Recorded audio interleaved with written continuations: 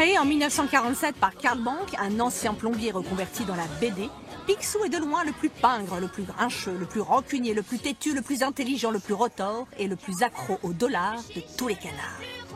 Le personnage de Picsou, je l'aimais pas trop. C'est toute ma jeunesse, ça se bagarrait tout le temps, ça se disputait tout le temps. Souvent les histoires elles sont assez drôles. Trop égoïste, trop imbu de lui-même et trop avare. Popularisé par les dessins animés de la firme Disney, le richissime canard a donné son nom à Picsou Magazine il y a 50 ans. Mais pourquoi diable avoir choisi le moins aimable de la famille? En 1972, les équipes du journal de Mickey ont l'idée de lancer un nouveau magazine. Et ils hésitent longtemps sur le personnage qui va incarner ce magazine. Parce que Picsou, qui est le premier choix, c'est un personnage qui a beaucoup de défauts. Et ils ont un petit peu peur que ça soit un personnage mal perçu par le public. Donc ils réfléchissent à faire un Donald Magazine. Mais finalement, c'est Picsou qui est choisi. Bingo! C'est justement pour ses défauts que ses lecteurs l'adorent. Sinon, il ressemblait à quoi ce premier numéro?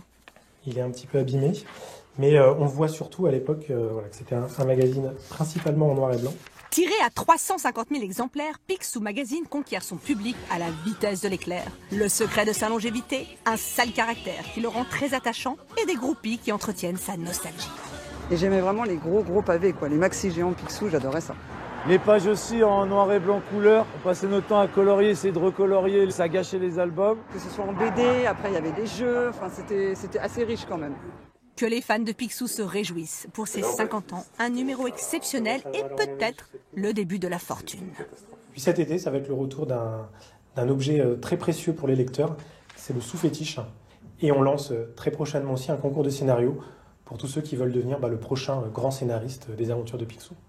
Bon alors, à vos stylos, si vous aussi vous rêvez d'entrer un jour dans la légende de Picsou.